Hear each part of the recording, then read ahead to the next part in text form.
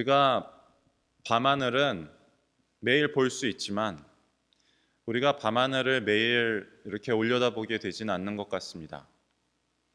밤늦게 어디 나갔다가 집에 돌아오더라도 빨리 집에 들어가서 쉬고 싶지 밤하늘을 이렇게 잘 올려다보게 되진 않는 것 같습니다. 그 짧은 시간이지만 우리 마음속에는 지금 빨리 가서 하고 싶은 일 내지는 해야 할 일들이 더 중요하기 때문이죠. 우리가 올려다보고 있든 올려다보고 있지 않든지 간에 밤하늘의 별들은 아름답게 빛나고 있습니다. 저의 마음속에 깊이 남아있는 어떤 멋진 밤하늘들이 몇 개 있는데 그 중에 하나가 제가 이집트에 있는 시내산에 올라갈 때 보았던 밤하늘입니다.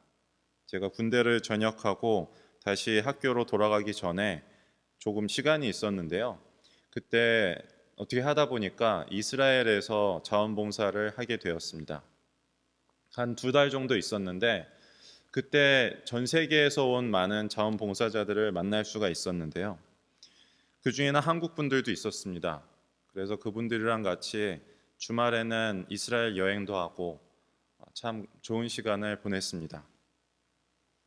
원래 계획한 건 아니지만 그분들이랑 같이 자원봉사를 끝내고 배낭여행을 좀 더 하게 되었습니다. 이스라엘을 더 여행하고 요르단을 거쳐서 이렇게 큰 배를 타고 시나이 반도에 가서 시내산에 갔습니다. 시내산에 가면은 버스를 타고 이렇게 그 시내산까지 가서 내려줍니다. 그러면은 알아서 정상까지 올라가는 건데요. 사막이기 때문에 그렇기도 하고 이 밤에 올라가기 시작해서 정상에 도착할 때쯤에는 해가 뜨는 그런 일정으로 가게 되어 있습니다. 그래서 밤중에 이렇게 올라가는데 저희 일행 중에 있던 어떤 여자 아이가 있었는데 아이가 아니고 이제 청년이죠. 예. 같이 산을 올라가는데 얘가 좀 배가 아프다는 거예요. 그런데 이 사막에서 약도 없고 해줄 수 있는 게 없어서 혹시 좀 아픈 거를 잊을 수 있으려나 하는 생각에 제가 이야기를 하기 시작했습니다. 이 친구는 교회를 다니는 사람이 아니기 때문에 성경 이야기를 잘 모르기 때문에 제가 아브라함부터 모세에 이르는 성경의 이야기를 산에 올라가면서 해줬습니다. 눈앞에는 저 멀리 시내산의 정상이 이렇게 보이고 그 뒤에는 밤하늘이 펼쳐져 있습니다. 사막이기 때문에 인공적인 불빛이 별로 없어서 수많은 별들이 빛나고 있었습니다. 그 산을 올라가면서 아브라함의 이야기를 했던 그 장면이 그 순간이 저에게는 되게 소중한 추억으로 특별한 순간으로 기억이 되고 있습니다. 오늘 우리가 함께 보고 있는 창세기 15장 5절에서 아브라함은 밤하늘을 올려다 보게 됩니다. 그 순간이 아브라함의 삶 속에 있어서도 굉장히 중요하고 특별한 순간이 되었을 것이라고 생각합니다.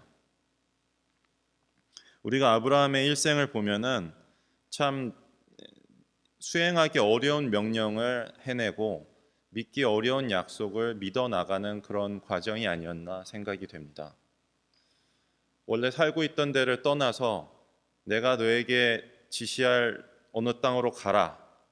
근데 어디로 가라는 얘기도 없고 어느 방향으로 떠나야 할지도 모르는 상태로 그 명령을 수행하기는 쉽지 않을 것 같습니다.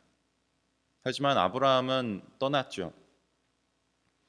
그리고 아브라함과 사라의 나이가 이미 많이 있는데도 아브라함과 사라에게 아이가 태어날 것이고 그 아이를 통하여서 커다란 민족이 나올 것이고 그 민족을 통하여서 나중에는 다른 민족들까지 복을 받을 것이다 라는 약속을 받게 되는데 너무나도 거대하고 그런 우리가 생각하기에 그냥 우리에게 큰 복이다 하고 생각할 수 있는 그런 수준의 말씀이 아니기 때문에 그냥 그거를 듣자마자 그렇게 다 믿어질 수 있는 그런 쉽게 믿을 수 있는 말씀은 아니었던 것 같습니다.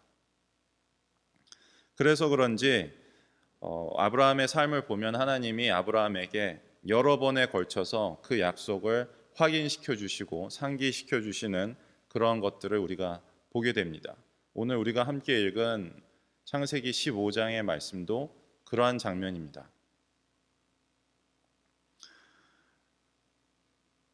우리가 밤하늘을 보게 되면은 이 밤하늘에 빛나는 별들은 너무나도 높은 곳에 있고 너무나도 아름답게 빛나고 있기 때문에 그 밤하늘의 별들을 보는 것만으로도 우리의 삶을 바쁘게 하고 우리가 고민하고 우리를 기뻐하게 하고 우리의 삶을 구성하는 이 많은 것들이 좀 작게 느껴지는 그런 순간이 있기도 한 것 같습니다. 우리의 지식으로 다 이해할 수가 없고 사람이 만들어낼 수도 없고 손이 닿지도 않고 가볼 수도 없는 그러한 별들이기 때문이죠.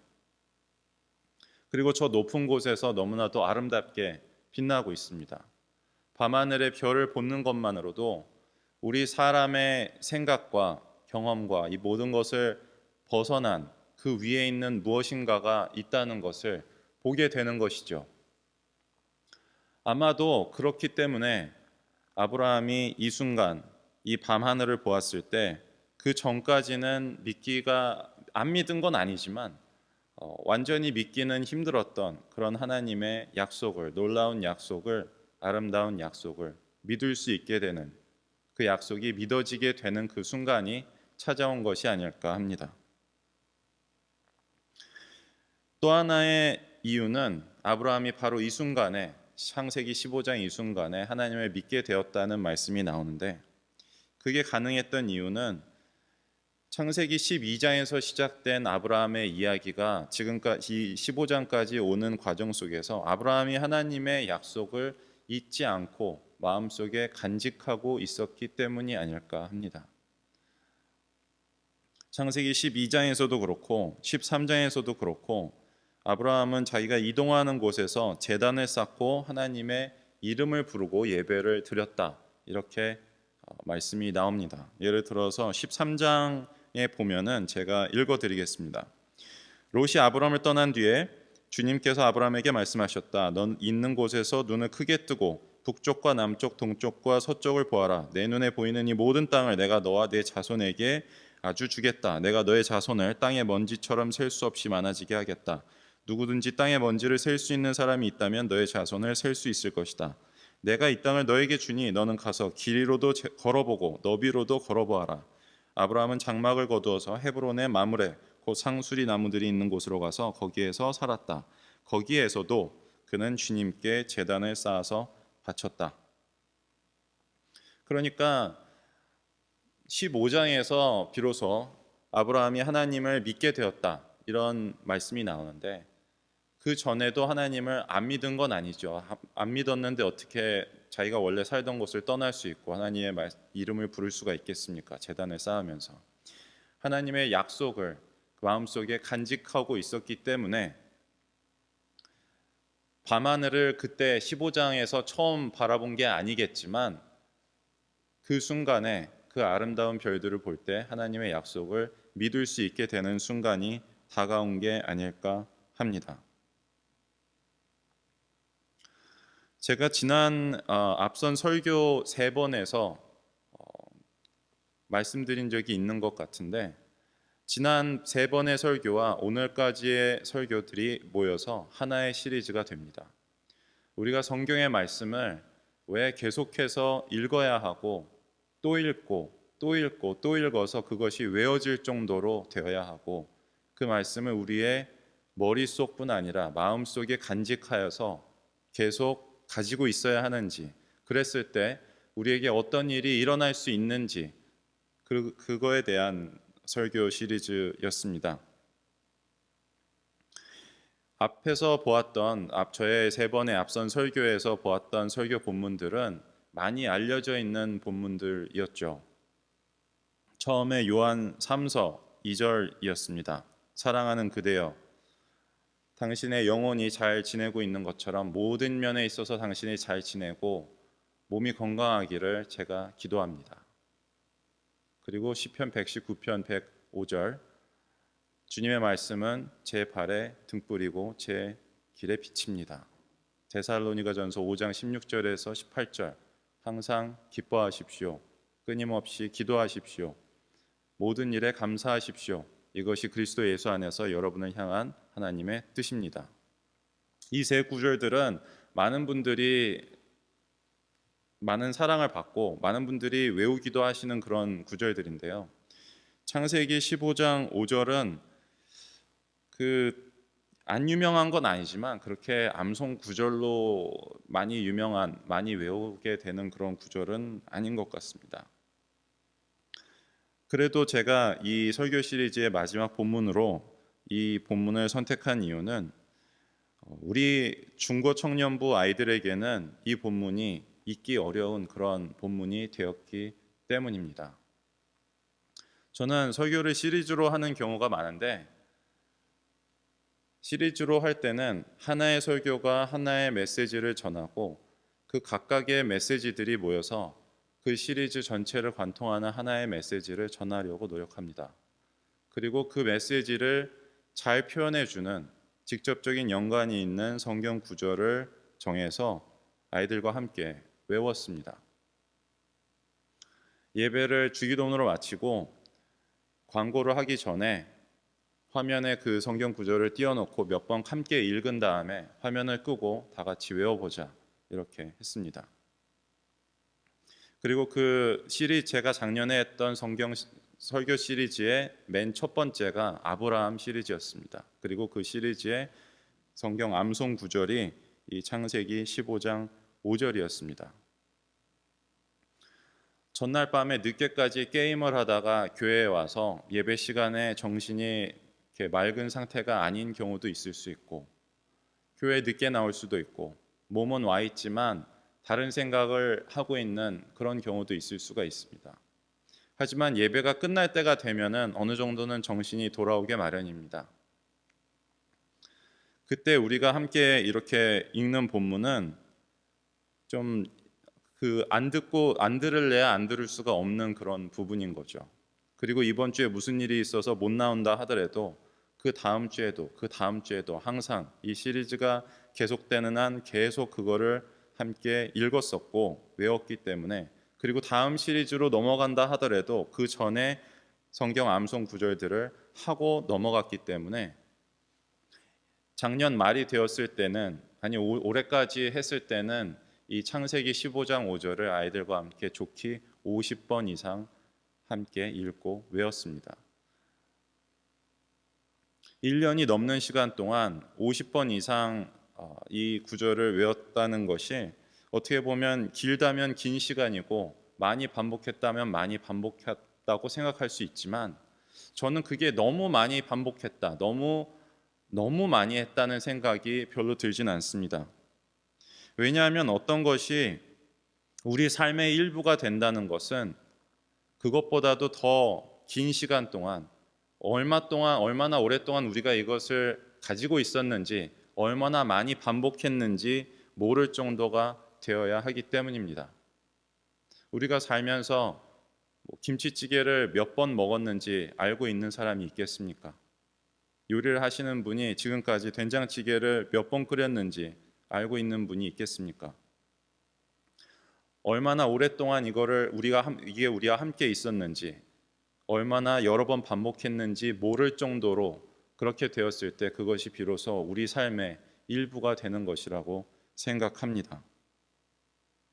그렇게 그것을 성경 구절을 우리가 가지고 있을 때 비로소 어느 순간 그 말씀이 우리의 삶과 만나서 특별한 순간 아브라함이 비로소 하나님을 믿게 되었다고 말하는 그러한 순간이 찾아오는 것이라고 생각합니다.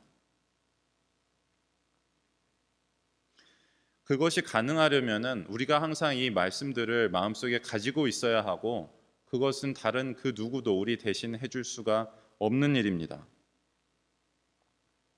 되는 일이 없고 힘들 때 나 자신에게 실망할 때, 내 영혼이 잘 되고 내가 하는 모든 일이 잘 되고 내가 건강하기를 바라는 사람이 있다는 것을 우리에게 상기시켜 줄 수 있는 그 말씀이 우리와 항상 함께 있기를 원합니다.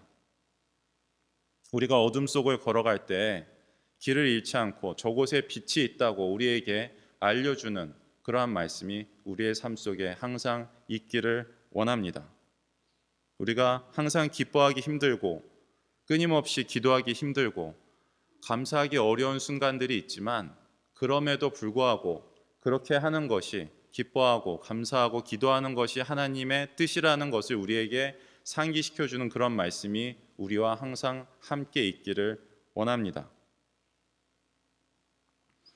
하나님의 은혜와 신실하심을 저 하늘에서 항상 빛나고 있는 별처럼 우리가 눈을 들어 보기만 하면은 우리가 볼 수 있는 그런 아름다운 별처럼 우리에게 알려줄 수 있는 그러한 말씀이 우리와 항상 함께 있기를 원합니다.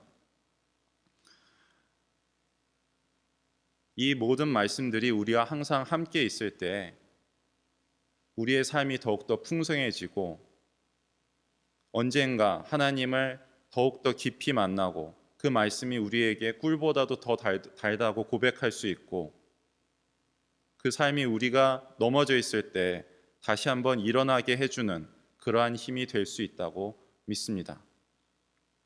기도하시겠습니다. 하나님 감사합니다. 주님의 말씀을 항상 가까이 하고 마음에 새기고 그것이 우리 삶의 일부가 될 수 있도록 도와주시기를 원합니다. 우리가 보고 있든 보고 있지 않든 항상 아름답게 빛나고 있는 저 별들처럼 주님의 말씀이 항상 우리 마음속에 아름답게 빛나고 있기를 우리가 갈 길을 알려주기를 우리에게 힘을 주기를 원합니다. 예수님의 이름으로 기도합니다. 아멘.